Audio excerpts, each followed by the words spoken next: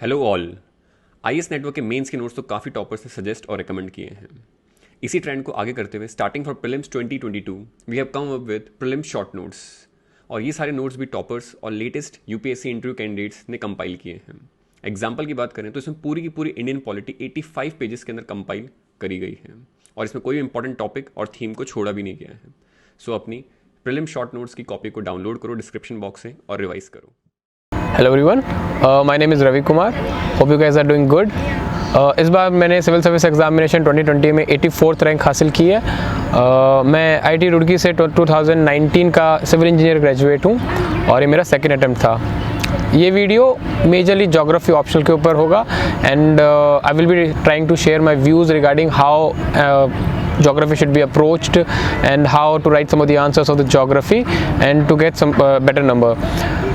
Considering that ये सिर्फ मेरी अप्रोच है, it need not to be an umbrella approach. हो सकता है कि किसी के लिए वर्क करे, किसी के लिए वर्क ना करे। I would want you guys to have your own description, और अगर आपको कुछ यूजफुल लगता है so definitely try to take that from this video.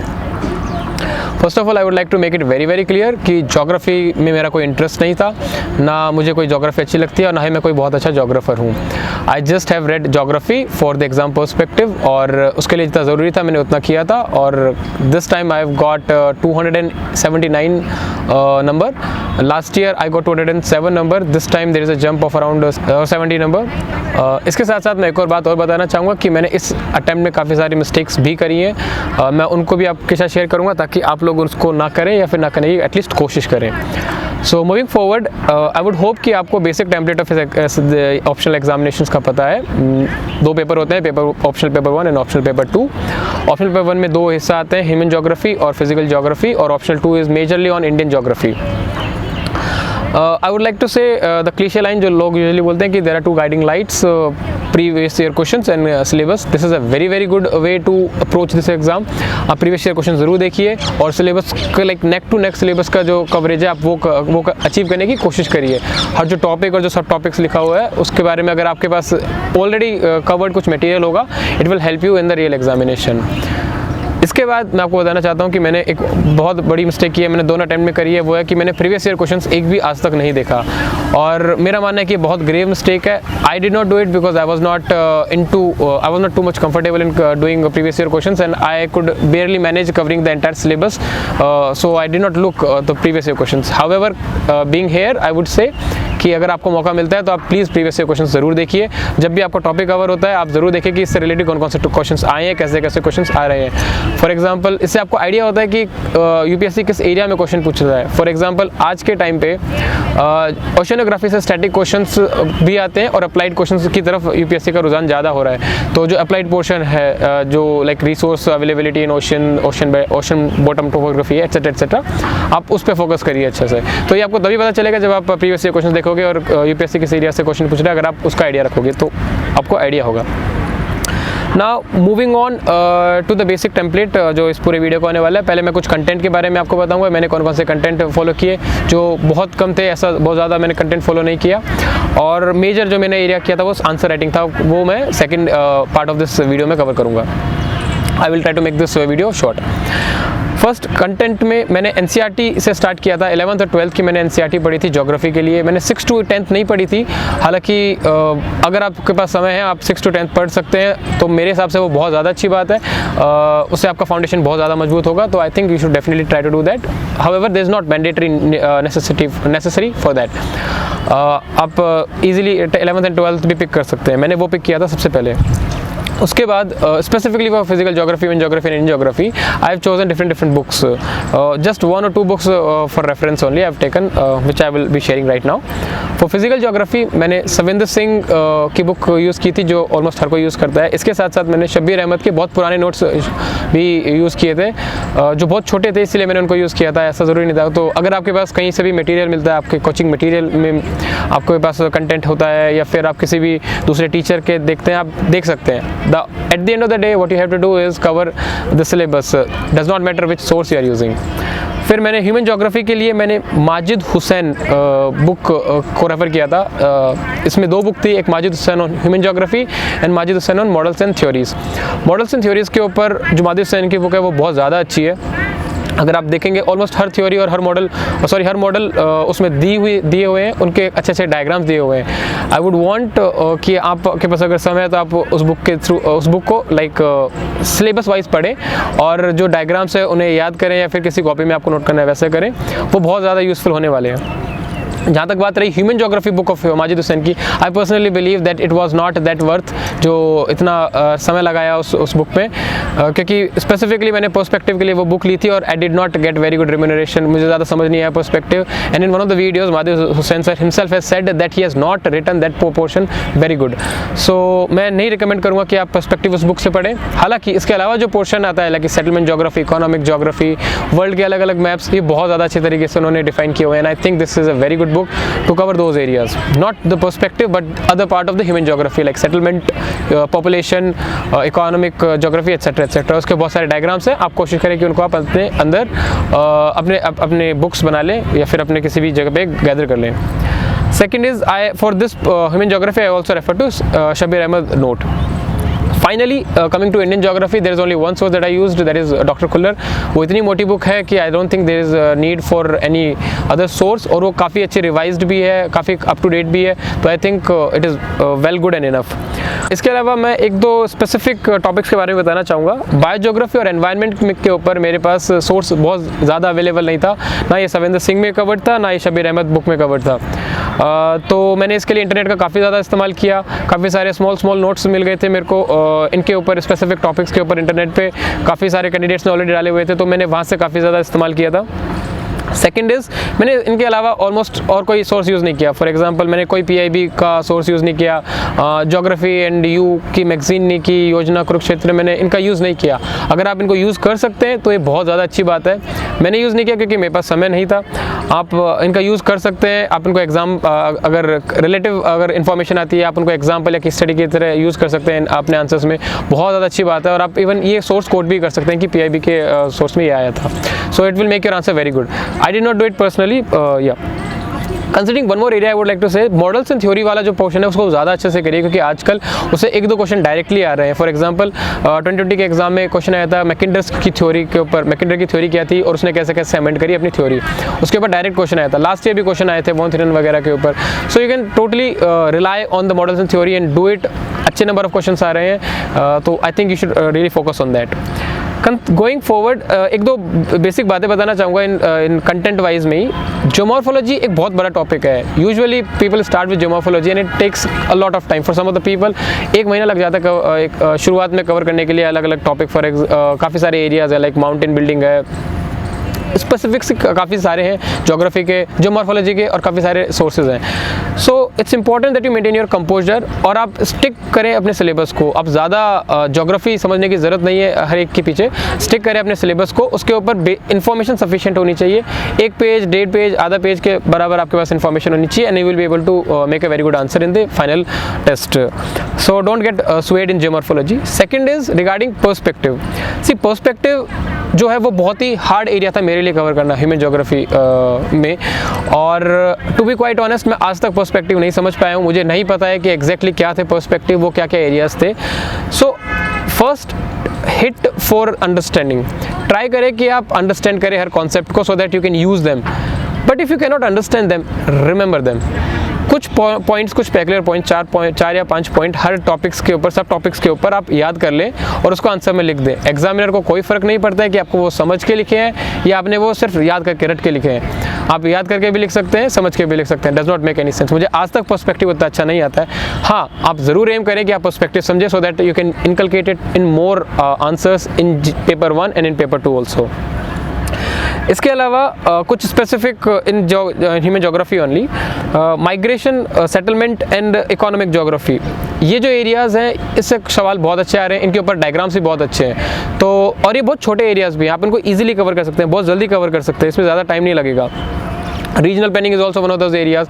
तो अगर आप देखेंगे जो पेपर आता है ऑप्शनल का, उसमें आपको एलिमिनेट करने होते हैं, कुछ क्वेश्चंस आपको करने होते हैं, कुछ क्वेश्चंस आपको एलिमिनेट करने होते हैं। अगर आपका ये एरिया काफ़ी अच्छा है तो trust me you will be getting those questions जहाँ पे ज़्यादा नंबर मिलने के चांसेस ज़्यादा अच्छे हैं और लोग कम उनको ऑप्ट करते हैं। आप इनको अच्छे से करिए, आप डायग्राम्स अच्छे से बनाइए और you will stand out, your copy will stand out and you will get better number. Finally among all these things one thing I would like to say, आप चाहे कोई सा भी सोर्स लें, डज नॉट मैटर आप मेरा source लें, आप किसी और का सोर्स लें, there is a need to have clarity in understanding कि आपको वो कॉन्सेप्ट समझ आए या ना आए, आपको यूज़ करना है. That clarity should be there in your head and that can develop through any of the sources. DKT UPSC CSC, अगर आप केवल सिविल सर्विस परीक्षा के प्रीलिम्स, मेंस और इंटरव्यू के वीडियो देखना चाहते हैं तो सब्सक्राइब करें DKT UPSC CSC चैनल. यहाँ आपको टॉपर्स के वीडियो रैंक के हिसाब से अरेंज मिलेंगे. चैनल के लिंक के लिए डिस्क्रिप्शन बॉक्स में जाएं.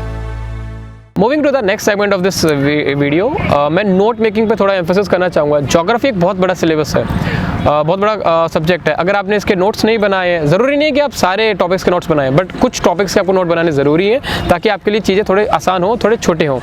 तो अगर आपने नोट्स बना लिए अच्छे से, तो जो मेंस के दौरान 5 दिन का गैप आता है उसमें आप मल्टीपल टाइम रिविजन कर पाते हैं, और अगर आप रिविजन अच्छा कर पाते हैं तो आप आंसर अच्छा लिख पाते हैं इन द फाइनल पेपर. तो नोट बनाना बहुत ज़रूरी है. अब नोट्स बनाने के लिए आपको ज़रूरी नहीं है कि बहुत अच्छी राइटिंग लिखनी है या मतलब आपको बहुत एलेबोरेटिव तरीके से बनाने हैं, बस आपको समझ आनी चाहिए और क्रिस्प होने चाहिए, छोटे होने चाहिए. So you can use pictographic representation in your notes also. आप अगर अपने नोट्स में अगर आप हिंदुस्तान का मैप बना के दिखाते हैं कि यहाँ रिसोर्सेज अवेलेबल है, तो यकीन मानिए आप फाइनल एग्जाम में भी आप उनको एग्जैक्टली वैसे ही कॉपी कर सकते हैं. बट अगर आपने नोट्स में ऐसे नहीं बनाया तो it will be very tough to make diagram in the final exam. Then it is very important to simplify almost all the topics, and you can do that in your notes only. Very important, do make notes to that much area that you can cover. बाकी area जो आप directly आप book से देख सकते हैं आप उसको छोड़ दीजिए, बाकी एरियाज़ को आप नोट्स बनाइए. ठीक है. Moving forward to the area answer writing, ये मेरा फेवरेट एरिया है क्योंकि मैंने इस अटेम्प्ट में कुछ कंटेंट में एनरिच नहीं किया था. I just went back to the same content that I had last year. I just made some of the adjustment in how to write the answer. And I think that probably made all the difference. So answer writing में one important thing is you should be able to interlink the areas of the questions. अगर आप physical geography में कर रहे हैं तो आप human geography के एरिया को इनकलकेट कर सकते हैं, आप इंडियन ज्योग्राफी के एरिया को भी उसमें डाल सकते हैं. ह्यूमन ज्योग्राफी का अगर कोई क्वेश्चन आता है तो आप उसमें सेकंड पेपर या फिर first part of the first paper को आप इनकलकेट कर सकते हैं. और जब आप सेकंड पेपर लिख रहे हैं तो जैसा कि सब जानते हैं कि सेकंड ऑप्शनल पेपर जो होता है उसमें ज़्यादातर जो क्वेश्चन होते हैं वो GS या जनरल स्टडीज़ ओरिएंटेड होते हैं. तो कभी कभी ऐसा फील आता है कि हम कैसे ज्योग्राफिकल आंसर बनाएं उसमें. It is very important that you interlink your first paper with your second paper. Now how to do that? I'll try to make some of the observations of mine so that they help you a little bit. Now talking about paper 1. Paper 1 में usually as we know physical geography आती है, तो इसमें standard questions आते हैं, इसमें questions ज़्यादा different नहीं आ रहे हैं. तो आप इजीली प्रीवियस ईयर क्वेश्चंस को आप रेफर कर सकते हैं और आप देख सकते हैं कौन से क्वेश्चंस आ चुके हैं, और उन्हीं के इर्द गिर्द कुछ सवाल आते हैं. इसमें ज़्यादा कुछ स्कोप बचता नहीं है करंट अफेयर वगैरह का. सेकेंड इज़ आप सिलेबस को अच्छे से फॉलो करें उसमें, तो आपको ज़्यादा दिक्कत नहीं आएगी. आज के टाइम पे थोड़ा अप्लाइड पोर्शन भी ज़्यादा पूछा जा रहा है. फॉर एग्जांपल ओशियोनोग्राफी, क्लाइमेटोलॉजी में अप्लाइड पोर्शन थोड़ा ज़्यादा आ रहा है, करंट पर्सपेक्टिव से ज़्यादा क्वेश्चंस आ रहे हैं. तो अगर आपने अच्छे खासे लाइक करंट अफेयर्स आपका वेल वर्स है और आपने एप्लीकेशन वाला पोर्शन पढ़ा हुआ है जो कि बहुत ईजिली अवेलेबल है, आप अच्छे से आंसर कर पाएंगे. Second is use of diagram. Diagram extensively आप यूज़ करना चाहिए आपको, पेपर 1 हो या पेपर 2 हो. ज्योग्राफी में diagram is I think must. Usually आप एटलीस्ट एक डायग्राम पर क्वेश्चन तो आप निकाल ही सकते हैं, चाहे वो कितना भी बोरिंग, कितना भी सब्जेक्टिव या कितना भी अकेडमिक बेस ही क्यों ना हो कोई क्वेश्चन, आप एक डायग्राम ज़रूर निकाल सकते हैं. ऑप्टिमली आई वुड से कि 10 मार्कर के लिए आप एक डायग्राम यूज़ कर सकते हैं, तो 15 मार्कर्स के लिए आप 2 डायग्राम यूज़ कर सकते हैं, और 20 मार्कर्स के लिए आप 3 डायग्राम यूज़ कर सकते हैं. हालांकि मैं खुद ये यूज़ नहीं कर पाया था इतने सारे डायग्राम्स सब में, बट आप ये कर सकते हैं अगर आपको करना चाहते हैं. तो मैं एक एग्जांपल देना चाहूँगा. जैसे इस बार क्वेश्चन आया था कि how has the current ocean and continent being into existent, ये कैसे आए हैं इस सब में. तो मैंने इसमें काफ़ी सारे डायग्राम्स बनाए थे. फॉर एग्जांपल मैंने टेलर की थ्योरी दिखाई थी, उसका डायग्राम बनाया था. मैंने एल्फ्रेड वेजनर की थ्योरी दिखाई थी, उसमें CDT कॉन्टिनेंटल ड्रिफ्ट थ्योरी, उसका डायग्राम दिखाया था, कैसे पेंथलासा एंड पंजिया आए थे. फिर आगे चलते चलते मैंने प्लेट टेक्टोनिक में भी मैंने छोटे छोटे डायग्राम्स दिखाते थे, बहुत छोटे छोटे माइन्यूट डायग्राम्स दिखा दिए थे. For example converging plate, diverging plate etcetera etcetera. इससे आपका आंसर बहुत ज़्यादा वाइब्रेंट दिखता है, बहुत ज़्यादा ऐसे बोरिंग सा नहीं लगता है, हेट्रोजीनियस डायग्राम लगता है तो अच्छा लगता है, हेट्रोजीनियस आंसर लगता है तो आंसर ओवरऑल बहुत अच्छा निकल के आता है. Third thing in physical geography only, 1-2 practical question आते ही हैं. लास्ट ईयर भी एक क्वेश्चन ऐसे आए थे जो ऑलमोस्ट बहुत ही कम लोगों ने पढ़े हुए थे। इस बार भी ऐसा क्वेश्चन आया था। फॉर एग्जांपल जो पहला क्वेश्चन ही था, आई थिंक पहला या दूसरा क्वेश्चन, वो हेलोविन स्टॉर्म के ऊपर था और उसे हम नहीं पढ़ते हैं, यूजुअली हम नहीं पढ़ते हैं। But there is no need to get wobbly seeing first question और सेकंड क्वेश्चन। वो क्वेश्चन आते ही हैं टू टेस्ट कि आपका लेवल ऑफ कंपोजर कितना है और कॉन्फिडेंस कितना है। उस क्वेश्चन के अलावा बहुत सारे क्वेश्चंस ऐसे भी हैं जो आपको आते हैं और अच्छे से आते हैं, आप उनको अच्छे से अटेम्प्ट कीजिए और इस क्वेश्चन को भी ना छोड़ें। इसके इर्द गिर्द की चीज़ें लिख दें, पेरिफेरल थिंग लिख दें और थोड़ा रेलेवेंट चीज़ें लिख दें। फॉर एग्जाम्पल इस बार हेलोविन स्टॉर्म आया था। You might not know exactly what Halloween storm is, but you can make some idea about what storm is and what a storm can do. And if you have some idea कि Halloween कब आता है, अगर आपने pop culture देखा हो, friends वगैरह, उनमें हेलोविन बनता है, तो अगर आपने वो देखा हो तो try to correlate some of the things and write some of the generalistic points. At least आपको कुछ एवरेज नंबर मिल जाएंगे, इसमें नंबर कम नहीं होगा।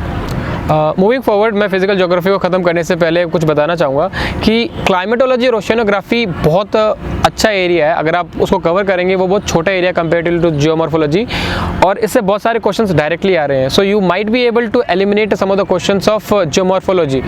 तो अगर आपने ये एरिया काफ़ी अच्छे से कवर किया है तो ये इजीली क्वेश्चन इनके आएंगे और आप अच्छे से आप आंसर कर सकते हो, नंबर भी अच्छे खासे मिल जाते हैं। ज़्यादा एरिया नहीं है। फॉर एग्जांपल मैं यूजुअली ओशियनोग्राफी में कुछ छोटे छोटे एरिया से क्वेश्चन आते हैं, लाइक बॉटम टोपोग्राफी एटसेट्रा, तो आप उनको इजीली जल्दी से कवर कर सकते हैं। क्लाइमेटोलॉजी के लिए भी सेम है। क्लाइमेटोलॉजी में कुछ classification like Koppen and Trewartha classification, इन सबको अगर हटा दें, ये वाले थोड़े ज़्यादा याद करने वाले पोर्शन है, अगर इनको हटा दें तो मेजरली सारा एरिया लॉजिकल बेसिस पे चलता है। आप उसको अच्छे से पढ़ें, अच्छे से कवर करें, एग्जाम्पल्स के साथ लेके, बहुत ईजी है कंपेरेटिवली टू जियोमॉर्फोलॉजी।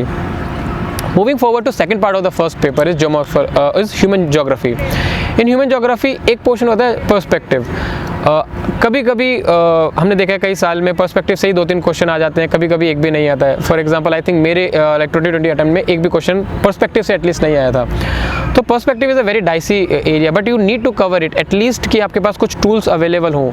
तो आप पर्सपेक्टिव ज़रूर करें और उनके जब भी आप आंसर्स लिखते हैं तो ट्राई करें आप ज़्यादा से ज़्यादा जोग्राफर्स को उसमें कोट करें, उन्होंने क्या बातें कही थी वो कोट करें। आपको समझ आई या नहीं आई, बट आप याद करके जाएँ कि उसने ये बात बोली थी एग्जैक्टली, वो आप कॉपी पेस्ट कर सकते हैं। और अगर आपको थोड़ा और याद होती हैं चीज़ें तो आप बुक्स या फिर बुक्स जिसमें इन्होंने अपनी थ्योरी दी थी वो लिख सकते हैं, ईयर्स कब दी थी और किस बैकग्राउंड में दी थी, आप उन सबको याद कर सकते हैं और पर्सपेक्टिव में अपने आंसर को बहुत वाइब्रेंट बना सकते हैं। इसके अलावा अगर आपके पास कोई इनोवेटिव डायग्राम है पर्सपेक्टिव में, there are not many people who make diagrams in perspective, but if you can make diagram in perspective that is innovative diagram, कुछ ज़्यादा नहीं लगता है, छोटा सा कुछ भी एक ब्लॉकी स्ट्रक्चर या फ्लो चार्ट सा बना दिया, it will work out very good.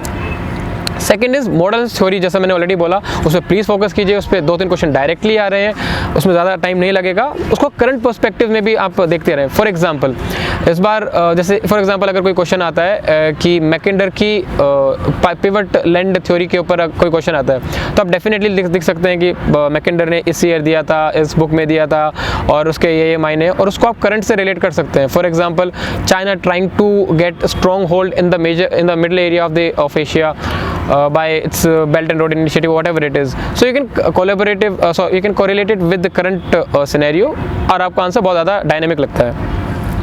और हाँ, जब हम फर्स्ट पेपर की बात करते हैं, मेजरली आई वुड से कि आप एग्जांपल्स वर्ल्ड लेवल के दें। फॉर एग्जांपल अगर सवाल आता है मॉनसून का, तो सिर्फ इंडियन मॉनसून पे ही आप रिस्ट्रिक्ट ना रहें, आप बाकी मॉनसून भी दिखाइए कि बाकी कहाँ पे, जैसे नॉर्थ अमेरिकन कॉन्टिनेंट में भी मॉनसून देखा जाता है, गल्फ स्ट्रीम में, I think I am forgetting the name of that, but उसमें देखा जाता है। सो आप वर्ल्ड के एग्जांपल ज़्यादा दें, रिसोर्सेज में भी वर्ल्ड के एग्जांपल ज़्यादा दें, coal deposit of world, petrol या फिर oil deposit in Middle East Asia etcetera. अगर आप ऐसा करेंगे तो आपका आंसर ज़्यादा अट्रैक्टिव लगेगा।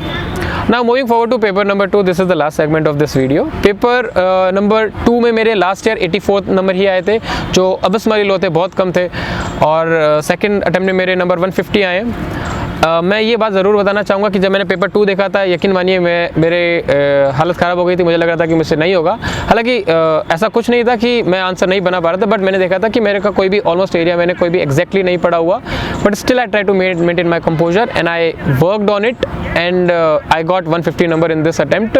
सो trust me, second paper में you need to be more composed and you need to gather more, you need not too much of information, you need to just gather what you have and put it in a way lucid manner जैसे उसको geographical answer लगे। पहली बात। दूसरी बात, usually लोग पूछते हैं कि जो सेकंड पेपर होता है उसमें जीएस टाइप क्वेश्चन आते हैं, तो उसमें आंसर कैसे अलग कर सकते हैं। उसका आंसर को जोग्राफिकल बनाने के लिए काफ़ी सारे टूल्स अवेलेबल हैं। आप एक या दो टूल का इस्तेमाल करें, सबके सब इस्तेमाल करें, it will work out very good. For example आप जोग्राफिकल थिंकर्स के बारे में लिख सकते हैं, जोग्राफिकल मॉडल्स या थ्योरीज हैं उनके बारे में लिख सकते हैं, केस स्टडीज़ के बारे में लिख सकते हैं, स्पेसिफिक डायग्राम्स के बारे में लिख सकते हैं। आप इन सब के बारे में लिख सकते हैं और यकीन मानिए इससे आपका जो आंसर है वो जोग्राफिकल होता है। अब एग्जैक्टली कैसे करना है मैं एक दो एग्जाम्पल के थ्रू वो मैं बताना चाहूँगा।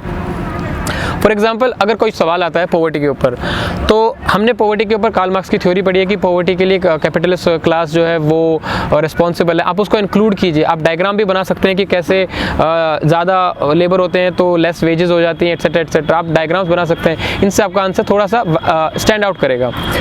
अगर कोई सवाल आता है कि इंडिया की बॉर्डर टेंशन है, क्योंकि geopolitical scenario is one of the area in paper 2 जो सिलेबस में भी मेंशन्ड है। अगर ऐसा सवाल आता है तो आप ज़रूर इसमें मैकेंडर की थ्योरी, स्पिकमैन की थ्योरी लिख सकते हैं कि इंडिया के लिए भी बहुत इंपॉर्टेंट है कि वो मिडिल एशिया को या मिडिल ईस्ट एशिया को या middle part of Asian continent को वो हिट करे और उसको ज़्यादा अपने फंक्शन में लेकर आए। तो ये बहुत ज़रूरी हो जाता है कि आप ऐसे थ्योरीज़ को कोरिलेट करें। अगर सवाल आता है रीजनल डेवलपमेंट में छोटा नागपुर प्लेटो, तो आप ज़रूर बता सकते हैं कि वहाँ पे इंडस्ट्रियल लोकेशन है based on Weber theory, raw material वहाँ पे अवेलेबल है, etcetera etcetera. This is how you are inculcating some of the theories from the first paper into second paper and making it look like geographical answer. It has nothing to do like आप geographical बन गए at the end of the day, but हाँ आपका answer geographical लगेगा। Second is आप जो syllabus है उसको ज़रूर याद सा कर लीजिए। उसमें इतने सारे पॉइंट्स अवेलेबल हैं कि आपको अगर कोई क्वेश्चन नहीं आ रहा है, आप सिर्फ सिलेबस के पॉइंट को ही लिखकर उसके ऊपर एक दो पॉइंट लिख सकते हैं और आंसर आपका बहुत अच्छा बन सकता है।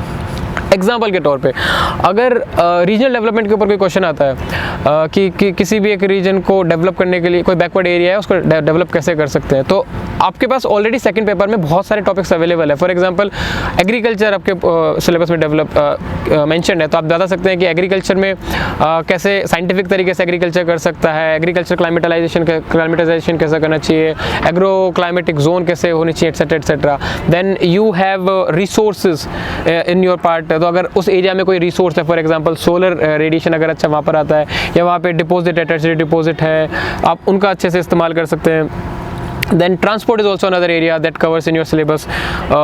Transportation is the root cause through which you are connecting one area through the other area. और इससे एक एरिया डेवलप होता है और एक एरिया डेवलप ही नहीं होता है, बाकी वो अलग एरिया से कनेक्ट भी होता है। तो पीपल कल्चर सबका फ्लो शुरू होने लग जाता है। तो अगर आप ट्रांसपोर्ट लेकर आते हैं तो वो बहुत अच्छा है। टाइप ऑफ सेटलमेंट भी एक एरिया होता है उसमें।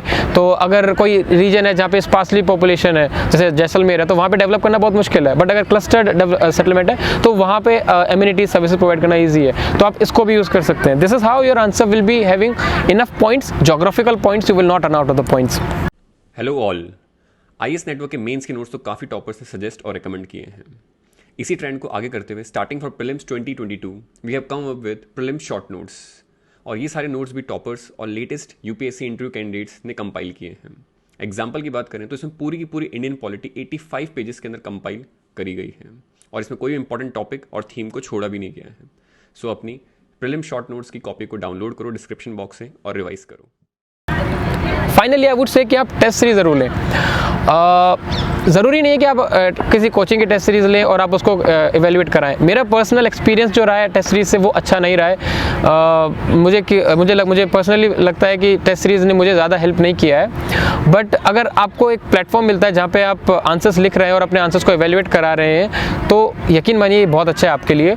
आप टेस्ट सीरीज़ लें, भले ही उसको इवेल्युएट कराएं या ना कराएं, बट किसी भी सीनियर से या किसी भी अपने को साथी से आप इवेल्युएट करा सकते हैं और आप खुद एडजस्ट कर सकते हैं। आप टॉपर्स के आंसर्स देख सकते हैं, एडजस्ट कर सकते हैं कि ज्योग्राफी का आंसर ऐसा होना चाहिए, एट्सेट्रा एट्सेट्रा। इससे आपको टाइम मैनेजमेंट का पता चलेगा और आपको स्पेसिफिक्स ऑफ पता चलेंगी कि आपको कितना समय लग रहा है हर आंसर को करने में और किस किस एरियाज़ को आपको इनकलकेट करना चाहिए और कितना कर पाते हैं फाइनल एग्जाम में। तो टेस्ट सीरीज अच्छे से करें और टॉपर स्टॉक ज़रूर देखें। अगर आपके पास यूट्यूब की फैसिलिटी, आई थिंक अगर आप ये देख रहे हैं तो आपके पास यूट्यूब की फैसिलिटी होगी। टॉपर स्टॉक ज़रूर देखें, उन्होंने स्पेसिफिकली किस टॉपिक के लिए उन्होंने कैसे कैसे अप्रोच किया था वो आपको डायरेक्टली वहाँ से मिल जाएगा। तो कंफ्यूज होने का टाइम नहीं है, कंफ्यूज होने की ज़रूरत नहीं है। आप ज़रूर देखिए, सारी गाइडेंस अवेलेबल है ऑनलाइन। आप डायरेक्टली आप उनको गो थ्रू कर सकते हैं and you can inculcate, copy कर सकते हैं डायरेक्टली। एक दो दिन नहीं लगता किसी की भी स्टाइल को कॉपी करने में, आपको बस उसको रीड करना होता है और आपको अप्लाई करना होता है। एक या दो दिन मैक्सिमम लगता है। So you can totally do that and in case you find this video helpful, please do like and subscribe subscribe this video, and thank you for watching DKT.